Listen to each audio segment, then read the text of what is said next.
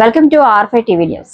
ధర్మరక్షకుడు, స్వరాజ్య స్థాపకుడు ఛత్రపతి శివాజీ మహారాజ్ జీవగాథ భారత చరిత్రలో వీరత్వం, ధైర్యం, దేశభక్తి అనే పదాలకు ప్రతిరూపంగా నిలిచిన మహానుభావుడు ఛత్రపతి శివాజీ మహారాజ్.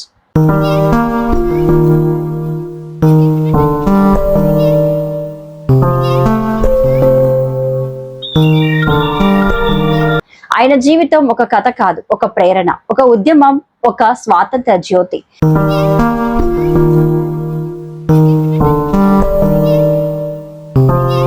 ఈయన జన్మస్థలం శివనేరి ఫోర్ట్.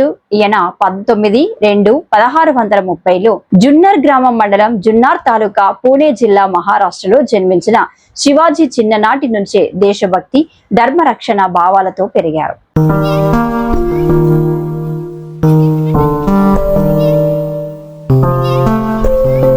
ఆయన తల్లి జిజియాబాయి, తండ్రి షాహాజీ భోస్లే వీరికి జన్మించారు. తల్లి చెప్పిన రామాయణ, మహాభారత కథలు ఆయనలో ధైర్యాన్ని నింపాయి. చిన్న వయసులోనే శత్రువులను ఎదుర్కొనే సంకల్పం ఆయనలో ఏర్పడింది.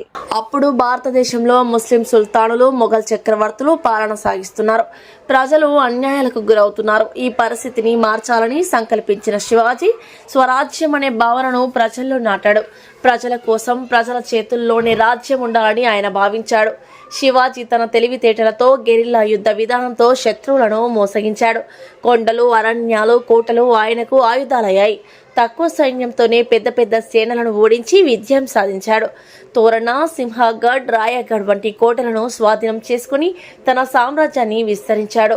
మహిళల పట్ల గౌరవం, ప్రజల పట్ల ప్రేమ ఆయన పాలనలో స్పష్టంగా కనిపించాయి. యుద్ధాల్లో కూడా మహిళలను హాని చేయకుండా కఠిన నియమాలు అమలు చేశాడు. రైతులకు సహాయం చేసి పనుల వ్యవస్థను సరిలెక్కించాడు. ఆయన పాలనలో ప్రజలు సుఖ సంతోషాలతో జీవించారు. 1674లో రాయగఢ్ కోటలో ఘనంగా పట్టాభిషేకం జరిగింది. చక్రపతిగా ప్రకటించబడ్డాడు. ఇది భారతదేశంలో స్వరాజ్య స్థాపనకు ఒక చారిత్రాత్మక ఘట్టం. శివాజీ మహారాజ్ జీవితం మనకు ఒక సందేశం ఇస్తుంది. ధైర్యం అంటే అసాధ్యం ఏదీ లేదు. దేశభక్తి ఉంటే ప్రజల మనసులను గెలుచుకోవచ్చు.